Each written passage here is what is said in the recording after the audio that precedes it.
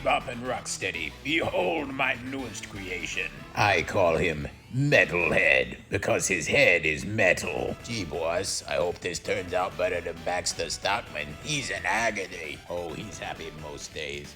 What about poor old mutagen man? Why did you make me? Oh, a Zoloft and a good night's sleep and he'll be as right as rain. Now all I have to do is press this button and there we go. Hey, so the first thing you can do is... Wait, Metalhead. Nice place, No. guys. Oh, God, The Phantom of the no. Opera. It's all so clear to me now. The turtles are my friends. No, Metalhead. It's me, Pappy. And you bozos aren't. Tell Krang I love him.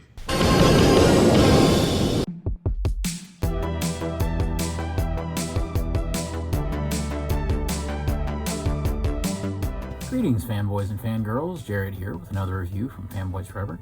Today I'm coming at you with a really special review for me. It is based on my original, very first Teenage Mutant Ninja Turtles action figure from when I was a kid. This is the brand new Super 7 Ultimates Metalhead. Now, the cool thing about the Ultimate series is it's not based on a movie or a TV show or a cartoon or anything like that, like the NECA stuff is, but instead it's based on those original Playmates toys, and in that way it's sort of like another version of Masters of the Universe Classics, especially since these are also sculpted by Four Horsemen Studios.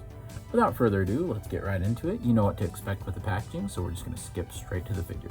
Something that I actually prefer to do with these videos is to start them with the comparison, because that is indeed the entire point of these figures. They are meant to be pretty much an exact replication of those originals, only brought into the modern figure world.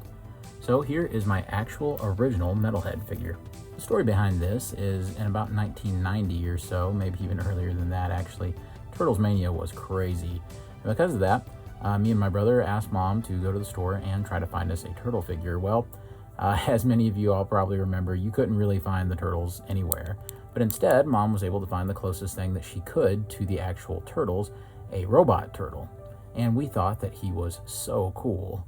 We instantly loved Metalhead, and really he was the very first Turtles figure I ever played with or ever had. And what a great way to start. He's packed with detail, and he's just incredibly impressive, especially with the vac metallized plastic there that has, as you can see, actually lasted for 30 years. So he's an incredibly tough figure. He's very well built. Keep in mind, this is the exact same one I had all those years ago.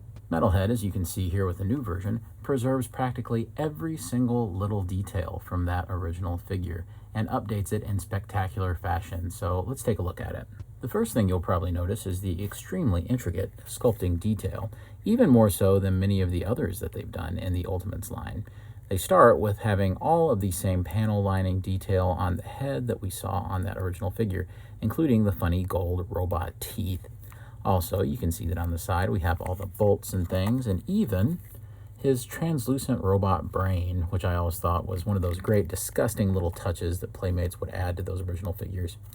Also, we can see all of the detail on the chest here. It's just all little circuitry and little vents and things. The belt with the T, and on the side we have some grenades, which are accurate to the original figure, but those details were never painted until now. That's another thing I absolutely love about this, is that you really get to see all the little details shine because the Four Horsemen are replicating them perfectly, but now they're actually being painted and they're blown up quite a bit. You can see there's vents on the legs here. There's even bolts going around the front of the shell, which I really like. The knee pads are really cool and a really good replication of that original figure. You can see that mine has a little bit of scuffage right there with a little bit of yellow that shouldn't be there. On down, we even have the little lightning bolts that were there on the original figure, but this time they're painted silver. We have little pistons that are painted yellow, and the original green feet. The bottoms are painted yellow, just like that old toy. On the side, we can see all of the cool circuitry and detailing on the arms, which are a great replication of that original figure. On the back, we can see that there's actually these little soft rubber tubes that connect each parts of the legs. Now, you won't want to spin this all the way around and break these, so you'll want to be careful, but as I'll show in Articulation later, you can articulate them all the way, and they just bend. It is something I'll be on the lookout for, though, because I don't want to inadvertently rip these apart. So it's something that was a neat touch, but I'm not sure if I just wouldn't have preferred it to have been just sculpted on or something. We can see that we have the backpack, which is an insane replication of that original figure's accessory. including the kind of target here, which has always kind of looked like, I guess, a silhouette of the foot soldier figure. And they even have a little bit of like metallic green on some of the dials there. Moving on around, we can see more of that detail. And if we remove this backpack, which we probably should do to show the underside, you can see that the shell is sculpted with all of the details you remember from the original. What is impressive is the belt going around through here has these little details on them, almost like little junk pieces or something. Maybe you can tell me in the comments down below what these are meant to be. I never was exactly sure, but I've always liked these. They were never painted until now, so that's another cool touch. They even went as far as to paint the bolts silver here and here. So there's just so much impressive detailing work that it might be the most incredibly detailed, at least from a technical sense, out of all the figures that they've done so far. One thing that is important to note is that he does include a light piping feature, just like that original figure, where the translucent brain can actually have light come through and the eyes will light up. Although I found that under regular lighting conditions, I can't really get it to light up quite as much as I would want to with a light piping. Instead, they have you covered. They include this alternate head. Now, as you can see, it's exactly the same as the other head in terms of paint and sculpt, except that this time the eyes are actually just painted red, so you don't have to worry about getting the light to pipe through there exactly right. As you can see, this one ends up looking a lot darker for that reason. Also, the brain on the top, instead of this being translucent plastic, is just painted. In truth, I will probably be keeping this head on there most of the time because I really like the way that the brighter red looks with the rest of the figure. If I had any criticisms of the sculpt or paint work whatsoever, it would be that they weren't able to replicate the super shiny nature of that original vac metallized plastic, and I feel that it should have been possible since there really isn't any articulation happening here, which is probably the reason why it was even done in the first place on that original figure. But honestly, I sort of do like the painted gold that they went with here from just a visual standpoint a little bit better. And I think it matches the kind of yellow hits on the figure's limbs and head a little bit better than that original vac metal did anyway. So really, I can't complain too much. The other thing that I'll have to note is that he has much more of a neck than I expected him to. You can see that there's actual, sculpting going on in the neck with little tubes and things. And it seems to be much more of a human kind of neck. Whereas on the original figure, yes, you can see the tubes and things coming up from the front of the shell, but he really doesn't have much of a neck. So it is maybe a little odd for me to see Metalhead with a neck, but it's just what I was used to. This is also just a matter of being consistent with the new way that the turtles were sculpted as well. So you can see that there really is no difference between the turtles' necks and his neck. Just something that was completely subjective to me and not necessarily a criticism. If you want to put on his backpack, it's really quite simple. And we just plug that in. And these just plug into the front. Now, they got the spacing just right to where I don't feel like I'm straining these soft plastic parts. And I don't feel like that there's too much slack either. As for accessories, you have already seen the alternative toy head, but I'll show you what all he comes with. This is the original kind of weapons tree right here that all the other figures come with, and I really think this is cool. Particularly, it's interesting to see the big backpack without the sticker on it. If you wanted to, you could clip these right out, and you could have unpainted versions of the accessories. It's not really a big deal for me, though, so I'm just going to leave it like this. And it's funny because you can see it a little more clearly here, but it's just a pizza oven in the back at the bottom, so there's two different compartments for pizzas. You can see that this one actually has a little bit of a stand there, and it actually stands better than any of the weapons trees that we've gotten so far, so that's quite funny that Metalhead's would end up doing a little bit better. On Metalhead's backpack, you'll see that there is a radar dish that you can articulate that actually unplugs. Then you get a couple of options for what goes up there, which is just kind of like a helicopter. And you can put it up there, and it plugs right in. So I suppose this is him in Inspector Gadget flight mode, right? He also comes with this accessory, which is, on first glance, the exact same thing that we just looked at. But this time, there is a much thinner post. And as you can see, you can actually plug this into the hand socket. So you can actually use the sort of helicopter blade as a weapon and turn these. So this was a great touch. And it's especially neat considering you can use the antenna up here while you're using this on the hand.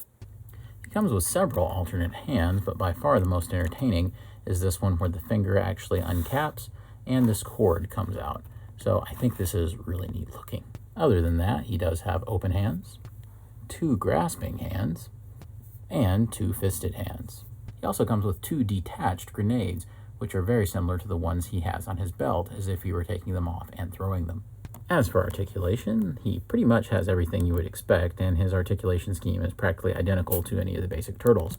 The head does have a really good rotation, which is actually quite a bit better than I've seen on some of the turtle figures, with plenty of up, plenty of down, and lots of tilt, so you can get lots of expressive poses. On the shoulders, you can see that there really isn't too much going on. Much like the turtles, he has quite a limit when it comes to how far out these can flex. I suppose it's because of the bulbous nature of these. I do think I could probably dig the shoulder sculpts into the chest a little bit more to make them come out, but honestly, this is as good as you can do and keep it kind of comfortable without having to worry about damage. He does have a swivel here at the top of the bicep. He has a single jointed elbow right here. This is about as far as it can go, so it's not quite 90. It does swivel here at the elbow. We do get a rotation at the wrist, and they do have hinges depending on the hand which way they go. On the chest area, there really isn't a diaphragm point of articulation, but you can see on the inside the waist is kind of flexible. So you can sort of do a little bit of side to side with that and a little bit of back and forth, but really the ball joints at the hips are doing most of the heavy lifting. Speaking of the ball joints at the hips, you can take the figure, and if you want to get a really good split motion, you can do that, and it's really perfect. The hips are also able to swivel. Also, they can go out quite a good ways, almost 90 degrees, but I think that's pretty well good enough for what you would need to do with this guy. You also do have a knee rotation there, and they are single jointed with a hinge, and as you can see, these pipes do flex as they go. We also get a rotation at the ankles, as well as a pivot and a hinge. So you can get pretty much any pose you want when it comes to him standing in a wide stance. As a matter of fact, if we go really wide, then his feet can stay practically flat to the ground. The only problem is when he has his huge backpack on, sometimes this can unbalance the figure and cause him to go back and forth a little. But as long as you keep the stances wide, it's usually not a problem. Overall, they sacrifice nothing with the articulation on Metalhead, which is a great thing. As for the scale of Metalhead, he's exactly what you might expect. With a human character, he scales just like a turtle might, so it makes sense with a human character like April. Of course, here is the new Michelangelo figure side by side with him, and if you straighten up his legs, they would be exactly eye to eye, which I think is a great touch, considering Metalhead is supposed to be a robotic replica of the turtles. In conclusion, I'd say Metalhead is awfully impressive when you look at everything he includes, and just the incredible amount of detail that's been brought to life here, and is a perfect replication of that original figure. Since Metalhead was the very first Ninja Turtles figure that I ever owned, thank you Mom, he's very special to me. So really, perhaps more than any other figure that they have released, or maybe even will release, really none of them quite compares to the nostalgic rush I get of owning an updated Metalhead figure. So I suppose that I am the target audience for this particular release.